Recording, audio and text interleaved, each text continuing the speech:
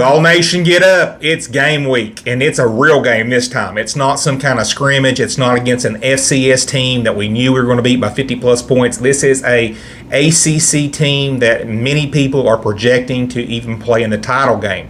And I know the ACC is not the SEC, but they're a group of 4 team, or a group of 4 conference. And this NC State team, which I'm going to get more into the players here in a little bit, they're a good team. And they are a team that can beat Tennessee if Tennessee does not, if Tennessee does take them lightly and they do not play well. I'm very excited to see how Tennessee meets this challenge, to see how Nico will see the different looks on defense that they throw at him. This Dave Doran defense will throw him a bunch of different looks, throw him a lot of different stuff, and it's going to get him ready for SEC competition. So anyway, let's talk about this game. It's in Charlotte, North Carolina. It's a neutral site game, 7:30, September 7th. It's going to be a great environment, great game. I expect it to be about 50-50 right down the middle. Not really any home field advantage for either team. Let's do the comparisons on these teams, okay? And I only have one game to go off of, guys, so spare me, I know. But both did play FCS teams, so it's kind of even. It wasn't like NC State played Georgia last week and we played UT Chattanooga. Both played bad FCS. Well, let me take that back. They're good FCS teams, but they're FCS teams, right? So it's comparable. Strength of schedule, Tennessee has the 59th strength of schedule so far after playing UT Chattanooga. We won 69-3. The game was never in doubt. Tennessee dominated from the whistle to the end of the game, the beginning whistle to the end of the game. We had over 500 yards of total offense by halftime. We played the subs in the third and the fourth. It could have been 100-0 very easily if Heupel didn't get everybody out of there at halftime. And I'm glad he did because we don't need injuries. NC State, on the other hand, struggled against a Western Carolina team that most people thought that, NC State was going to blow out. Western Carolina was in this game all the way through the midway mark of the fourth quarter before they kind of pulled away, and they won 38-21. They have the 84th strength of schedule so far after the Western Carolina game.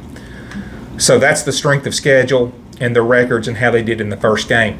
Now let's talk about players to watch in this game, okay? And we'll start with Tennessee. Nico, and I'm not going to try to say Nico's name because I always mess it up. But anyway, Nico, he threw for over 300 yards last week. This was his second start in his career. He looked, if you ask anybody about it, any Vol fan, they're going to tell you he played amazing last week. Every person on TV has talked about how he is the real deal. And let me tell you, NC State fans, if you're watching this video, he is the real deal. He is legit. He is everything you'd hope a quarterback to be. Let's talk about the defense now. James Pierce, he didn't even have a tackle last week, but you're going to see him this week. He's going to be active this week. He had 9.5 sacks on the year last year. He's everywhere. He's hard to block. If you don't double team him, he will get to your quarterback. So it will be interesting to see that NC State offensive line, which a lot of people have projected is kind of weak. They're not one of the stronger units on this NC State team. What are they going to do with James Pierce? And if they do double team him, we got Tyree West, Joseph on the other side too. Really good defensive end. So NC State's going to have their hands full with this defensive line. And the NC State fans, I won't tell you, the front seven for Tennessee is one of the top 5 units in all of the country. Really, really good. This defensive line, for example, they can roll about 3 deep for 3 different groups that can come in and out of the game. Really, really good. Now, our secondary is a whole other story, but front seven for Tennessee is phenomenal. Dylan Sampson's another name you need to know about. He had over 120 yards rushing last week. Man, he looked good. Got to keep him healthy. He caught the ball out of the backfield, too. He looked good doing that. The name, it's a wild card I'm going to throw you, is Dante Thornton. He had over 100 yards through the air last week. He had 3 catches for like 105 yards. And he, of the big 4 receivers, I would have thought he would have probably had the least amount of yards. But we have a big 4 in the receiving department at Tennessee. You've got Chris Brazzell, Squirrel White, Brew McCoy, and Dante Thornton. And these guys are solid, really good receivers. You can make an argument Tennessee has the best receiver room in the country. They're definitely top 5. And so now let's talk about NC State. Vol fans, if you don't know much about NC State, first thing you need to know is Grayson McCall. He is a veteran QB. He was at Coastal Carolina for a number of years. He's a really good quarterback. He's solid. He has a ton of experience, and he is a quarterback that can beat us if we play bad. No doubt about it. He has my respect. He had over 300 yards last week. He had 3 TDs. And those TDs were to their best player on their team, which is Kevin Concepcion. He had 121 yards last week. He had 3 TDs. And this is a guy you better know where he's at on the field at all times, or he can beat you. Their running back, they have a really good running back, Jordan Waters. Last week he had 20 carries, 123 yards. He had a couple TDs. So Waters and Concepcion are a really dynamic duo that we have to hold in check. Defensively, they've got a guy named Aiden White.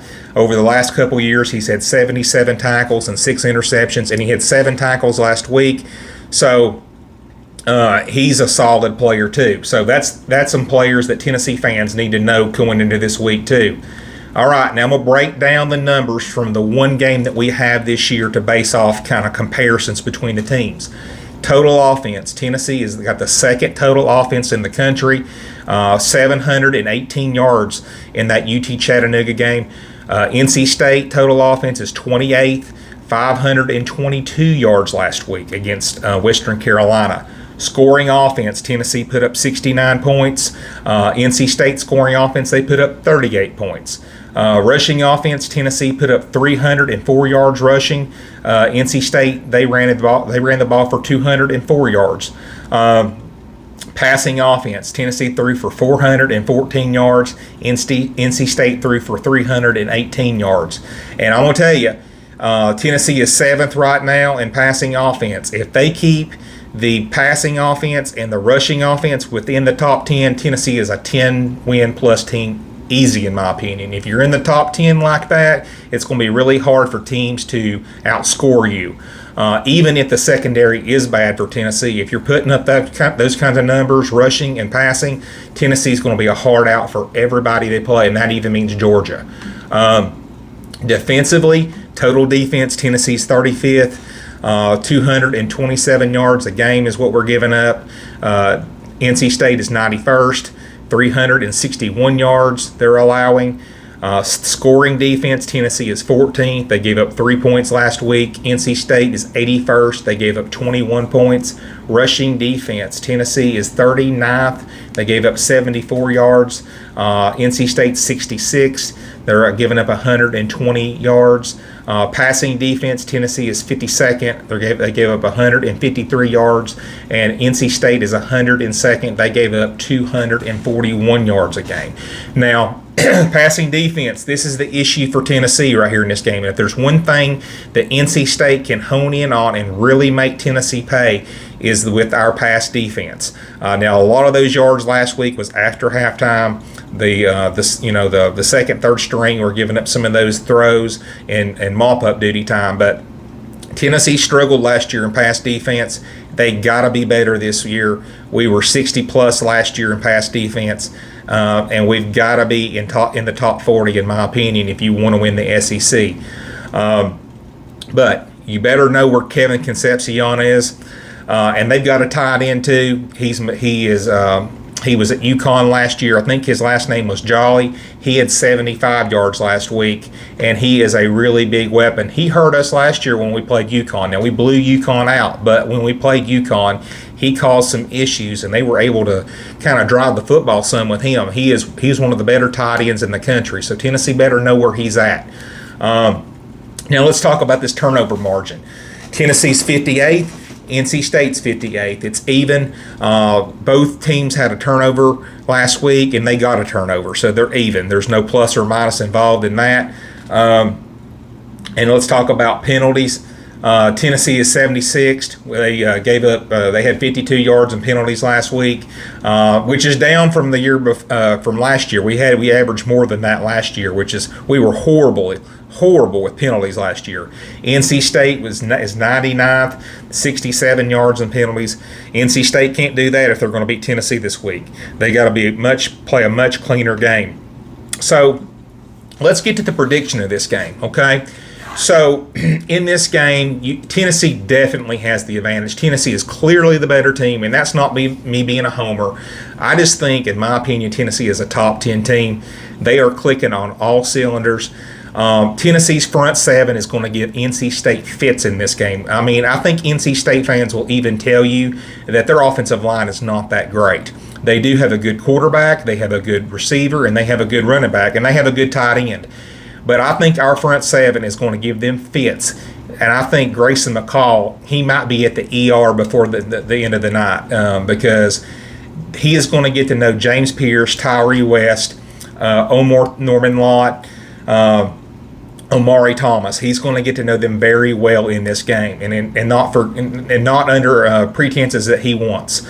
So I think defensively, we're going to give them fits. I think they will get theirs. I think Kevin Concepcion will have a pretty decent game. He's that good a receiver.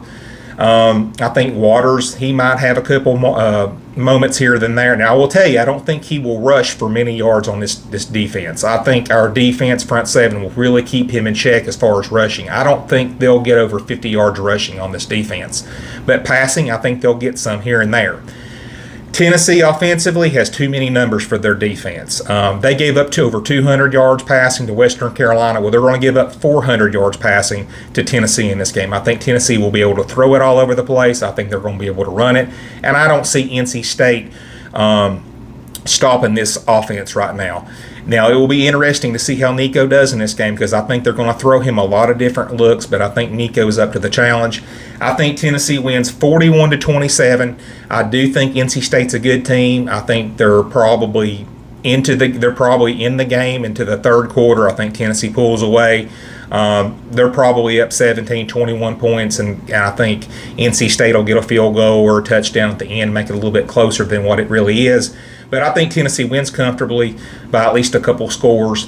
Tennessee's the better team. Tennessee should win this game. The only way Tennessee loses this game is if Tennessee plays their D game and NC State plays their A game. Tennessee has no excuse to lose this game at all. They're clearly the better team, and I expect Tennessee to take care of business. But anyway, that is my preview and prediction for NC State versus Tennessee in Charlotte. I can't wait to watch this game, and I'll talk to you guys later.